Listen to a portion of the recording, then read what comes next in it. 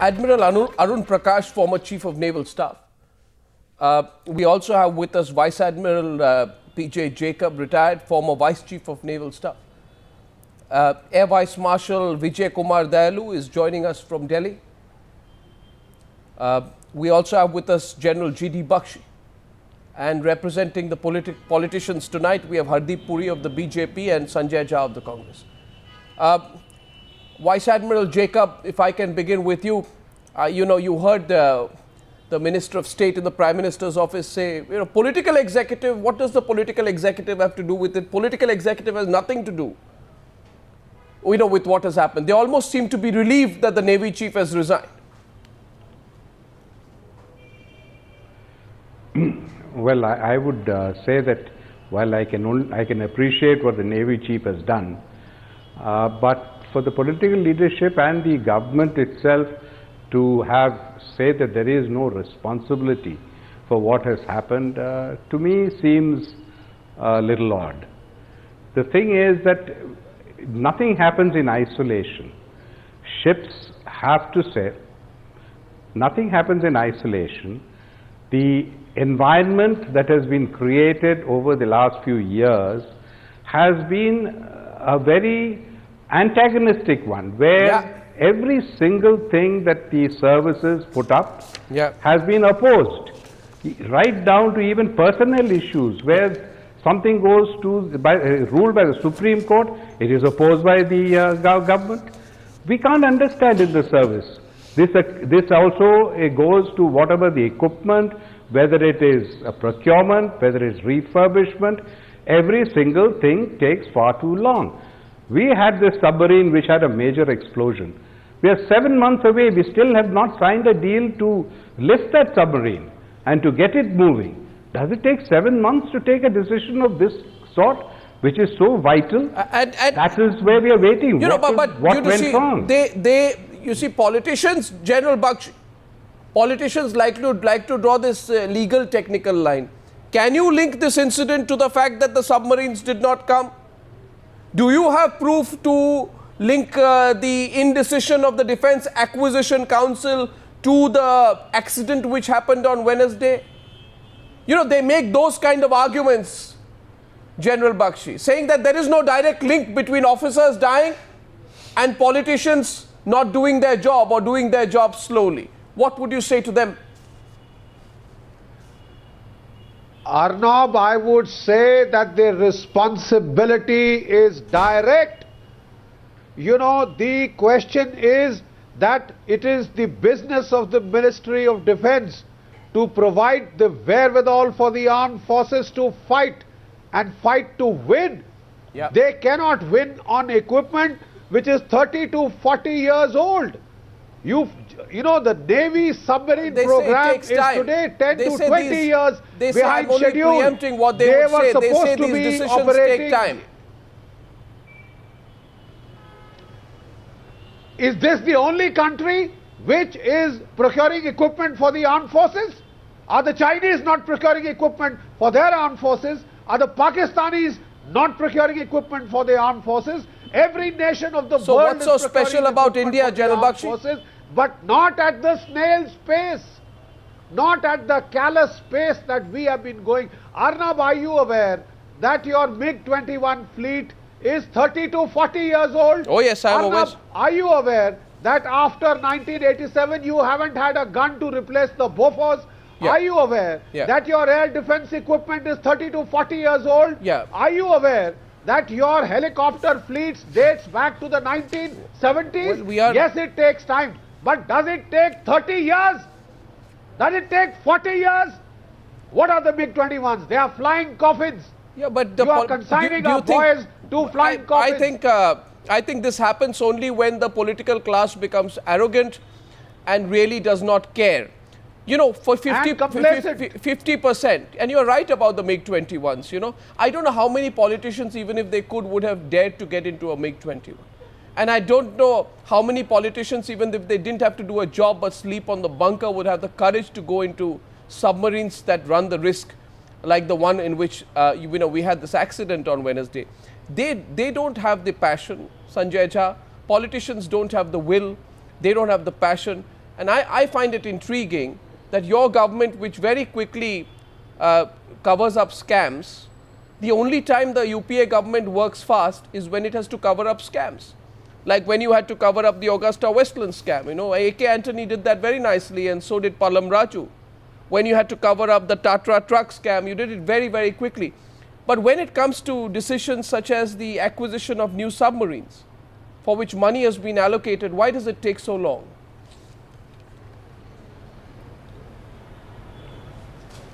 Arnab, let me just start by first telling you that, if you heard the statement of the defense minister, he's expressed remorse and regret. It makes no difference to anyone. You have had your expression of remorse is in fact remorseful itself. It makes no difference to anyone. I asked you a different question, Sanjay. I asked you why does your government, which specializes in covering up scams, not act as far as the, for example, getting 6 new submarines worth 50,000 crores. In July 2010, the council, which is the Defence Acquisition Council, grants the acceptance of necessity for a fleet, a submarine fleet, a 6-member submarine fleet. Nothing happens. There are repeated meetings. It doesn't get the approval of the Cabinet Committee on Security. In the intervening period, Sanjay, you will be delighted to note that while you sit and do nothing on these instances, your government, the Congress party and the UPA worked very hard to try and cover up the Tatra scam and the Augusta Westland scam. So defense scams you cover up very quickly. But simple submarine acquisitions which can save the lives of people and defend our country better, you don't seem to care enough, Mr. Jha. You just don't seem to care. I'm sorry, I completely disagree with you, and let me start by first telling you, I don't think we should try and trivialize this discussion. How is this the government, for the record, has never tried to cover up scams. We can discuss it some other time. But coming down to the point on the issues that you have raised. No, Mr. On the issues, Jha, 1 minute. Mr. Jha, 1 minute. I'll tell you why. I don't know why you keep saying every time. Why do you keep saying the government is trying to cover up scams? We are discussing an issue of national security. I'll tell you if a why. submarine has had an accident and we don't have enough of them, we can't be discussing scams, which, by the way, are allegations that we have never tried to cover up. I want to put that on record because let's not politicize a topic which concerns national security. And I want to say that not just to defend the defense minister.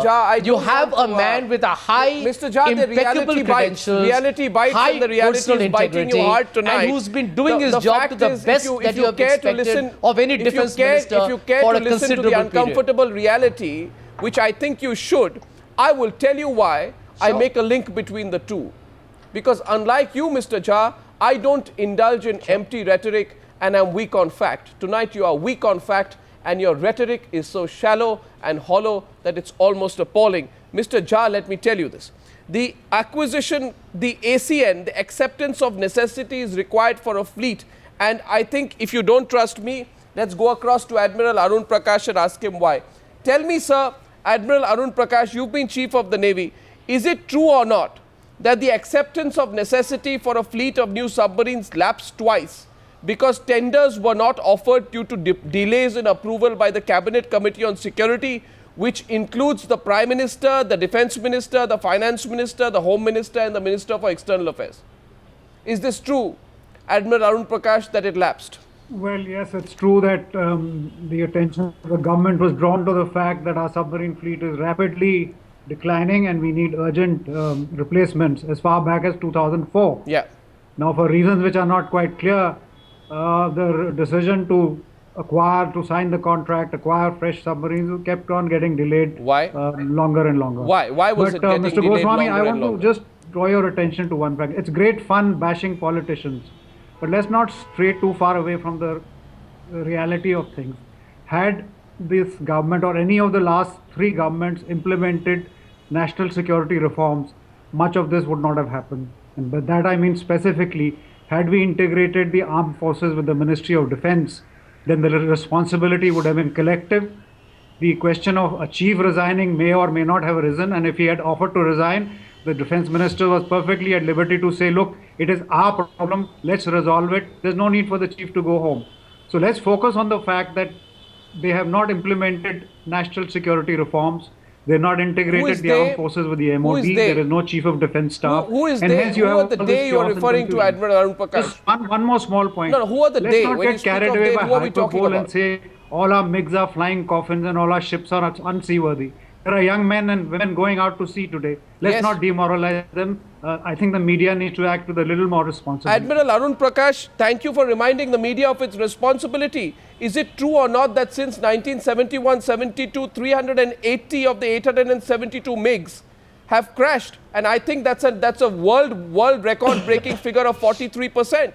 And as far as politician bashing is concerned, Admiral Arun Prakash, you will bear me out on this one, that there was a 2-year time limit within which the Prime Minister, the Minister for Defence, the Finance Minister, Home Minister and Foreign Minister have to take a decision. When they don't take a decision, you are aware as the former Navy Chief that you have to go through an entirely fresh approval process. As a result of the fresh approval process, 2 things happen, and I'm glad you're talking straight today, because you will accept not just does the approval process get extended, cost overruns also happen. This is all documented in the CAG report. So the Defence Minister and the entire political top brass of this country cannot be absolved of the fact that we do not have an updated submarine fleet when we could have one. I do not understand why, and I want to get Hardeep Puri into this. I do not understand why. I'm not been a bureaucrat and neither a Navy officer, but you have been, and Hardeep Puri has been a bureaucrat. I just want to understand why, for the life of me, a simple decision for which money has been sanctioned, which simply requires a quick decision, is not taken for years. In same intervening period, Augusta Westland gets VIP treatment. Of course I'll draw the link. Of course I'll draw the link. Hardeep Puri. Arnab, I request that we try and not to politicize this discussion. As against a force level of 18 to 24 submarines, which we should have at any given point of time, we presently have 13, and the mishap took place on a vessel which is the 13th. According to a perspective plan worked out, I think, around 1999, we should have had 12 new submarines join the fleet between 2000 and 2012. And not one single submarine joined the Navy during this 12-year period. Now, I have absolutely no doubt, with my experience as a former Joint Secretary for the Navy, and I had the privilege of serving when Admiral Arun Prakash was the ACNS Air, if I remember correctly, and I think Admiral Jacob was the Director General Coast Guard. The fact of the matter is that we have been slow, that there has been neglect, and that in the process, it is not just the civilian part of the Ministry of Defence, which I must submit has to take a fair amount of the blame, but at the political level, and if I may be permitted to say so, some also in naval headquarters, and perhaps the system is not functioning. And that explains why out of the 138 ships and submarines that we have in the Indian Navy today, more than 50% are over 20 years old. And at the core of this is what Arun says is the structure of the civil-military relationship. And I don't believe we should trivialize this, because this is not an allegation which is being made by a former Chief of Naval Staff. Let me quote to you what the Prime Minister of India said in November 2013, when he was addressing the Combined Commanders Conference, and he says, and I quote, he said that one needs to emphasize the need for urgent and tangible progress to create the right structures for higher defense management.